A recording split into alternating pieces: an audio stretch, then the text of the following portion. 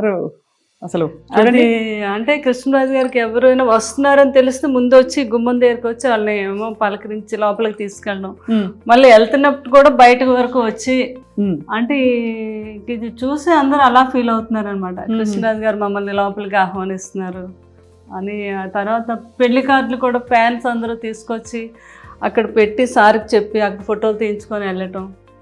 ఎంత అసలు రియలిస్టిక్ గా కుదిరింది. ఎంత బాగా పిఠాపురం వాళ్ళది, వాళ్ళంతా తరతరాల నుంచి కృష్ణరాజు గారి అభిమానంతో ఎవరూ నమ్మట్లేదు. ఎక్కడో ఏంటో మనం మేడం చచ్చాడు అక్కడ చేస్తారు అసలు, అలాంటి మన వాళ్ళు ఎంత గొప్పగా చేశారంటే గ్రేట్ అని అందరూ చెప్పడం. ఇప్పుడు కృష్ణరాజు గారు మరి బాహుబలి పెద్ద సినిమా చూసినప్పుడు ఏమనేవారు ప్రభాస్ గారికి? అసలు ఆనందం ఇంకా ఇంత అంతా కాదు కదా. ఇక్కడ బాహుబలి ఫోటో చూసి నేను అక్కడ అది ఫ్యాన్స్ అందరూ ఇస్తూ ఉంటారు, అది వాళ్ళు పాపం డై హార్ట్ ఫ్యాన్స్. మీరు వాజ్పేయి గారితో ఉన్న ఫోటో? అవునండి, అప్పుడు మా పెద్ద పాప ఫస్ట్ ఇయర్ ఆయన ఎవ్రీ బర్త్డేకి వెళ్ళే వాళ్ళం. నేను ఎంత బుజ్జి తల్లిలో ఉన్నారు. పెద్ద పాప అమ్మాయి అది. మీరు అవునండి, నేనా? ఎంత బుజ్జి తల్లిలో చక్కగా డ్రెస్ వేసుకుని. అది బిల్లా సినిమా షూటింగ్ అప్పుడు మలేషియాలో అండి. పిల్లల్ని కూడా మిస్ అయ్యేవారు కాదు, అంతలాగా అన్ని దేశాలు తిప్పారు పిల్లల్ని కృష్ణరాజు గారు. బాగా ఇష్టం ట్రావెలింగ్ కూడా.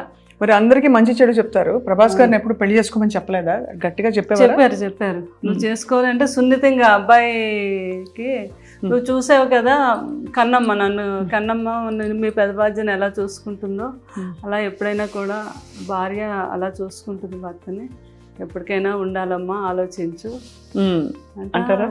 అలాగే పెద్దబాజీ అంతే వాళ్ళ పెద్దబాజీ ఏం చెప్పినా కూడా అలాగే పెద్దబాజీ అనేవారు అనమాట ఆయన. అది బాబుకు కూడా చాలా లేడీస్ అని చాలా రెస్పెక్ట్, చాలా పద్ధతి బుద్ధిమంతుల్లా కనిపిస్తారు. పెళ్ళి అన్నా అదన్నా చాలా గౌరవం అండ్ చాలా కనిపిస్తుంది. అసలు బాబు గురించి ఎంత చెప్పినా తక్కువే. నేను నా అనుభవంతో చెప్తున్నాను. ఆయనకుండే ప్రేమ, ఆయనకుండే రెస్పెక్ట్ మామూలు కాదండి. అందులోకి వాళ్ళు పెదబాజీ గారు మీద ఉన్నంత ప్రేమ నేను అసలు ఎక్కడ చూడను. అంత ఇష్టం అనమాట, ఒక దేవుడిలాగే చూసేవారు. అంత ఇష్టం ప్రభాస్ గారు. ఈ ఫోటోలన్నీ ఇది నిన్నే ఎవరో ఒక అభిమాని ఇలా వేసి పంపించింది. మా ఇద్దరు ఎవరో ఒకరు అలా పంపిస్తూనే ఉంటారు. ఆయన పురస్కారాలు అలా ఎన్ని వచ్చాయో. అవును, నంది అవార్డ్స్ అప్పుడు కృష్ణరాజు గారు వాళ్ళకి ఫస్ట్ గవర్నమెంట్ ప్రకటించాక నంది అవార్డ్స్ ఫస్ట్ నంది కృష్ణరాజు గారికి వచ్చిందండి. అది అప్పుడు గవర్నర్ అంట ఆయన. ఆయనేమో మన కాసు బ్రహ్మానంద రెడ్డి గారు అప్పుడు సీఎం కదా ఆయన. అదే ఫస్ట్ నంది మనకే వచ్చింది, అమరదీపం. ఇదేమో అందరూ ఉండే ఫోటోగ్రాఫ్. అప్పుడు జ్యోతి చిత్రాలు వేసేవారు కదా, ఎవరో ఒక అమ్మాయి అలా చేసి పంపించారు. అప్పుడు నేను చెప్పాను కదండి, ఇందిరాగాంధీ గారు కృష్ణరాజు గారు అప్పుడు దివసీమ వరదలకి ఆయన బాగా ఫండ్ కలెక్ట్ చేసి పట్టుకెళ్ళి ఎంత ప్రేమతోనో చూసేవారంట కృష్ణరాజు గారిని. అప్పుడు పివి నరసింహరావు గారు అప్పుడు ఆయన మామూలుగా మినిస్టర్ అనుకుంటా. సో సార్కి అయితే నో డైట్, అస్సలు డైట్ చేయకూడదని. ప్రభాస్ గారు ఏం చేసేవారు డైట్? ప్రభాస్ గారు మామూలుగా ఆయనకి ఉంటది కదా ప్రోటీన్లు అవి ఏం తింటారు అంటే తింటారు కానీ అన్నీ చాలా ఆయిల్ లెస్, తర్వాత కొన్ని మిల్క్ ప్రోడక్ట్స్. కూరలన్నిట్లో బాగా ఆయిల్ పడుతుందిగా మరి? లేదు, ఆయిల్ లేకుండానే చేయించుకుంటారు. Only one day cheat day ఉంటుంది ఆయనకి. ఆ రోజు ఉన్నప్పుడు బాహుబలి తాళి అంతా ఉండాలన్నమాట. ఓహో, ఆయనకి. అవునా?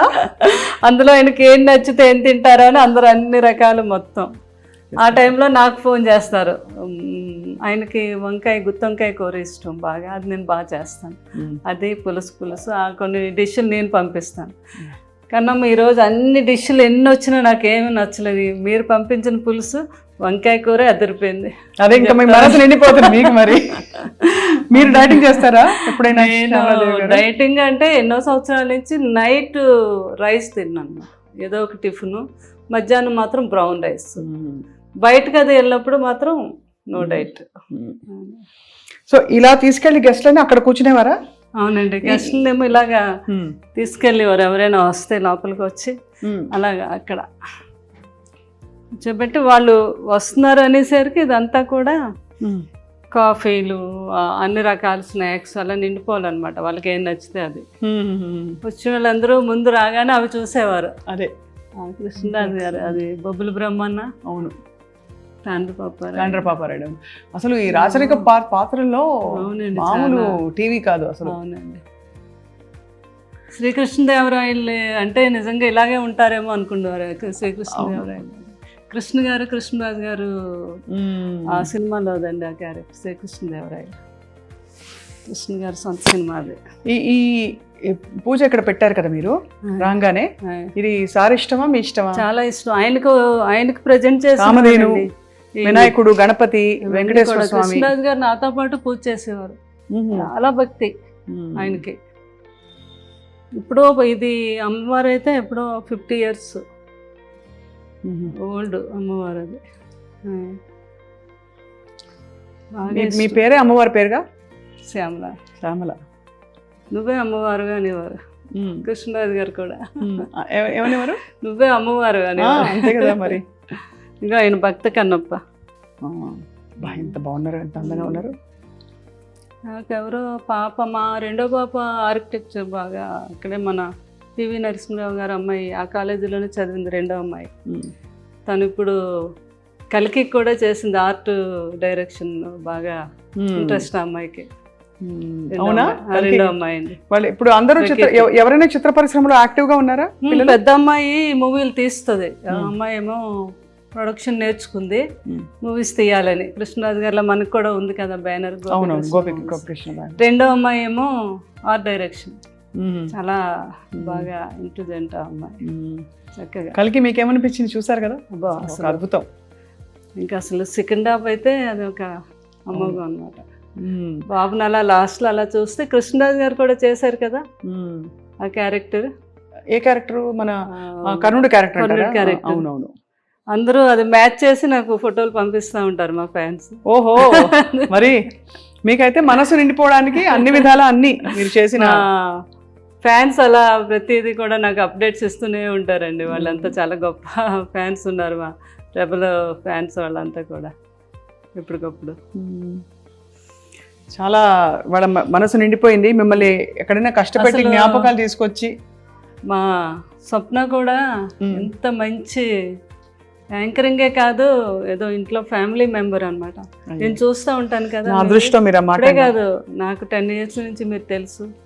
మీరు మాట్లాడే విధానం మెయిన్ ఏంటంటే లేడీస్కి మీరు ఇచ్చే ఆ రెస్పెక్ట్, వాళ్ళతో మాట్లాడే ఆ విధానం, అందులో ఆ ప్రేమ కనిపిస్తూ ఉంటుంది. నాకు చాలా ఇష్టం. మీరు చాలామందితో, రేణు దేశాయ్తో ఎంతమందితోనో అందరూ ఇంటర్వ్యూలో నేను చూస్తాను కదా, అబ్బో మీ మాట తీరు అది ఎక్సలెంట్. చాలా థ్యాంక్స్. అంటే అంత మంచి స్వభావం మీద, అందుకే కృష్ణరాజు గారు ఆ రోజు మిమ్మల్ని ఎంతో అభినందించారు. నా అదృష్టం మీరు ఆ మాట అనడం. అటువంటి లెజెండ్ జీవితం గురించి తెలుసుకోవడానికి మాకు మళ్ళీ ఒక అవకాశం ఇచ్చారు. తప్పకుండా మీరు మీ గుండెలో ఎంత